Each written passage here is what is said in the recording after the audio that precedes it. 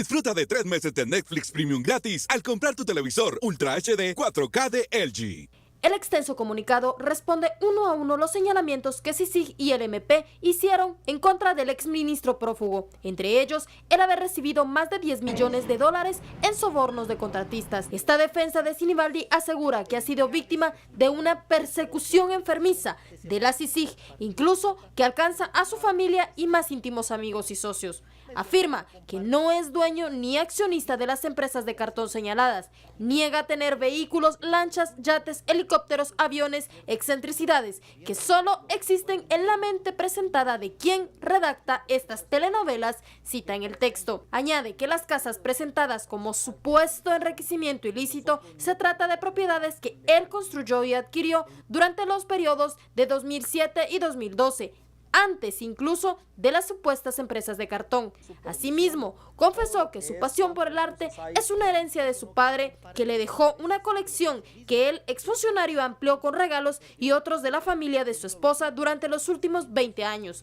Finalmente, Sinibaldi envía un mensaje a sus hijos y familia a través del comunicado, a quienes les pide fortaleza y llama sapo al exgerente de Telgua, quien finalmente dio el testimonio incriminatorio en su contra y arremete contra la prensa que asegura ya lo condenó. Disfruta de 3 meses de Netflix Premium gratis al comprar tu televisor Ultra HD 4K de LG.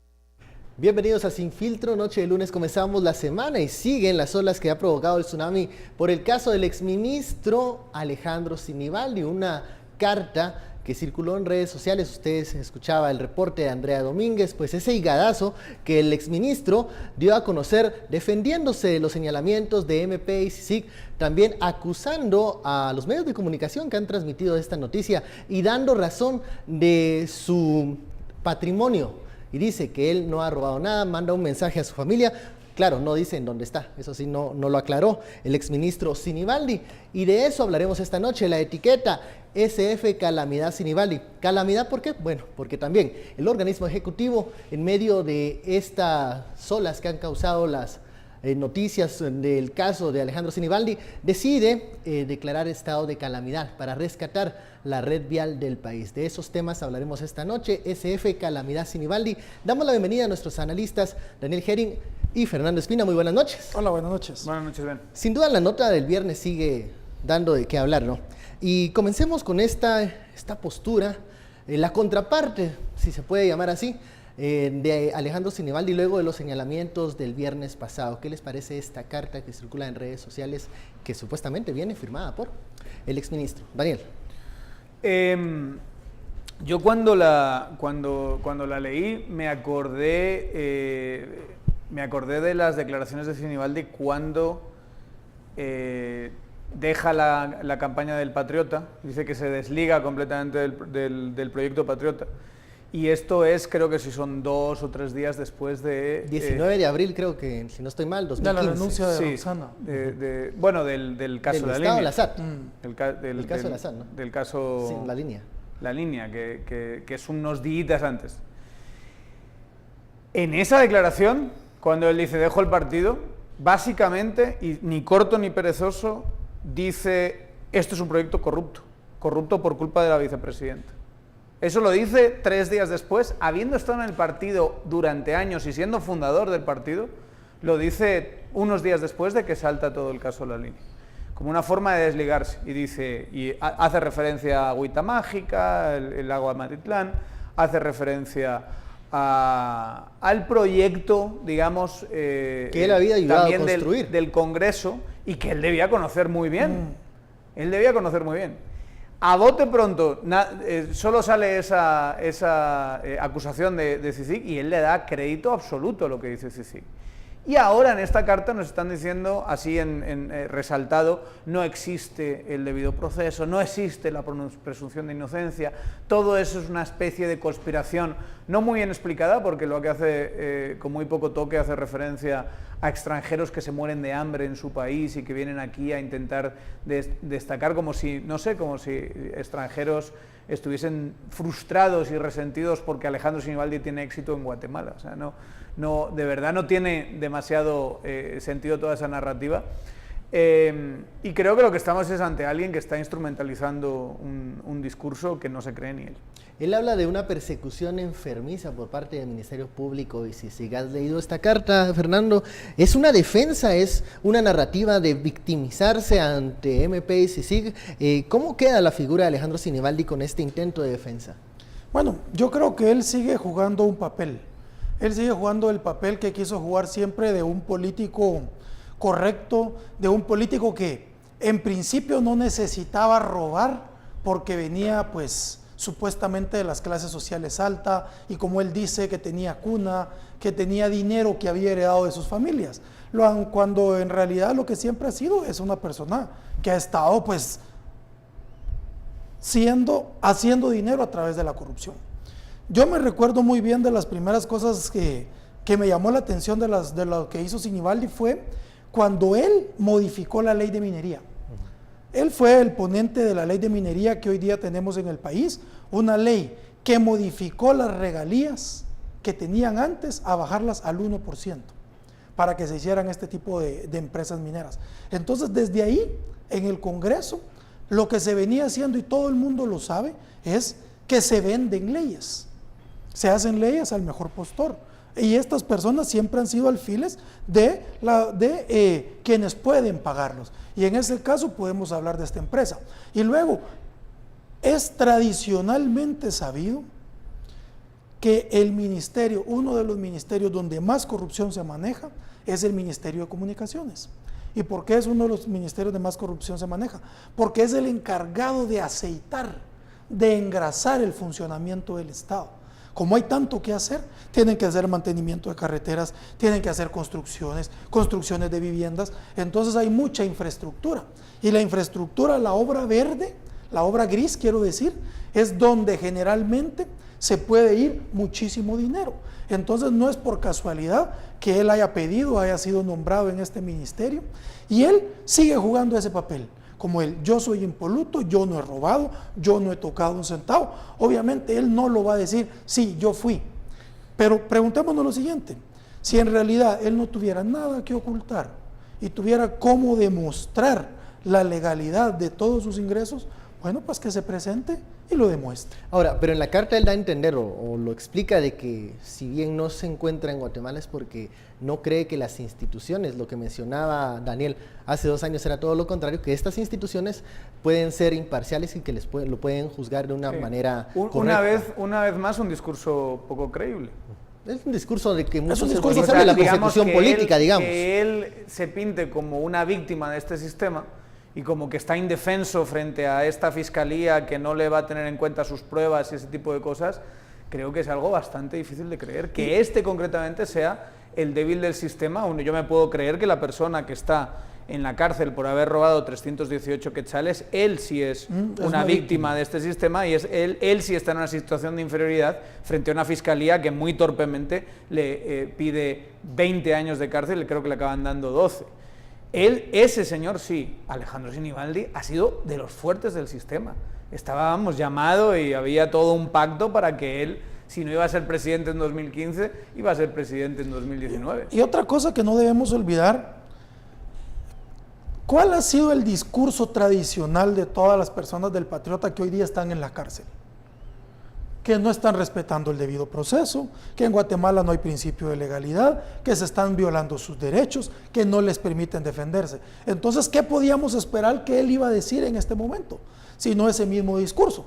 Pero además, resulta que todas estas personas habían operado en un manto de impunidad tal que estaban acostumbrados a hacer lo que se les diera la gana.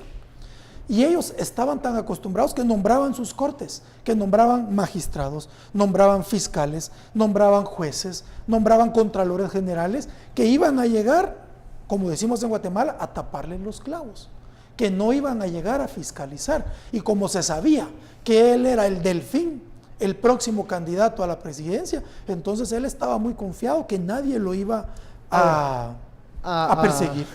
Entonces, lo iba a detener en su carrera. Esta justicia es la que no le gusta, una justicia que ya no le obedece, y eso, que ya no les pertenece. Digamos, yo creo que no podemos resaltarlo lo suficiente, y es que los Valdizón, los Sinibaldi, estaban destinados, vamos a decirlo así, a heredar este sistema. Y que ahora le pueden poner todas las pegas a CICIG que se quiera y digamos este discurso de que CICIG es todas estas cosas horribles, una especie de invasión extranjera que viene a pervertir la soberanía guatemalteca y cosas así, pero de verdad que quien esté viendo esto lo reflexione. ¿Quién sería nuestro presidente ahora de no haber sido por CICIG? ¿En qué situación nos encontraríamos hoy, 2017, con 2 años del gobierno Valdizón y qué nos esperaría para 2019? Un próximo gobierno de Alejandro Y ahora Sinibaldi. no es fácil lo que nos espera y hay un alto grado de inestabilidad, pero desde luego es algo en términos generales y en el gran esquema de las cosas es algo mucho mejor a lo que nos esperaba en ese otro escenario. Hay una cosa que es importante que vos estás tocando, Daniel. Yo le quiero recordar a la población que CICIG no es que vino el gobierno de Estados Unidos o la ONU y dijo voy a experimentar y voy a poner una institución en Guatemala para que meta a la cárcel a todos los corruptos. No fue así que CICIG surgió. CICIG surgió porque un grupo de guatemaltecos que estaban tratando de entender cómo poder romper con un país corrupto. Y que sabían que no podían hacerlo. Con un gobierno corrupto. Por ellos mismos. Dijeron, bueno, hacemos un ministerio público, fortalecemos a los jueces. Y dijeron, esto es como el perro que se muerde la cola. Todas las instituciones del sector justicia están tan infiltradas que no podemos poner al Ministerio Público a investigarse a sí mismo, no podemos poner a los jueces a condenar a quien los nombró, no podemos pedir a los diputados que nombren jueces que no van a participar. ¿Cuál es la salida? La única salida que encontraron fue decir, bueno, tenemos que crear una institución internacional que no esté contaminada, que no puedan llegar los reyes del tenis desde las facultades de derecho a imponer a sus candidatos. A decir, pero este en es la el que va a práctica llegar. sí es una intervención, porque tenía que existir una intervención, si decías, para romper ese círculo. Pero es una solicitud del gobierno de Guatemala. Los guatemaltecos, fuimos los guatemaltecos, es una idea de guatemaltecos. Decir, señores, para poder romper con este país corrupto, con este gobierno corrupto, que corrompe cortes, que corrompe ejecutivo, que corrompe congreso, había que necesitamos algo intervenir de ese modelo vicioso por nosotros. Pero el modelo en sí mismo no iba a ser exitoso hasta que alguien tomase la clase de decisiones que se tomó en época de Iván Velázquez. Sí. Yo sí creo que eso sí hay que resaltarlo, porque se hizo todo eso y sobre todo las élites políticas fueron anuentes a que estuviese CICIG y siguieron votando. Yo todavía me acuerdo de este diputado Chávez, el del video donde se ríen de la anterior ministra de Desarrollo y hablan cuando de estaban extorsionando al del Mides, etcétera, etcétera, con se llama, es el diputado Chávez, ¿verdad? Que es el de líder que ya, digamos, está en proceso y que salía con pancartas de que se quede la CICIG, que se quede la CICIG.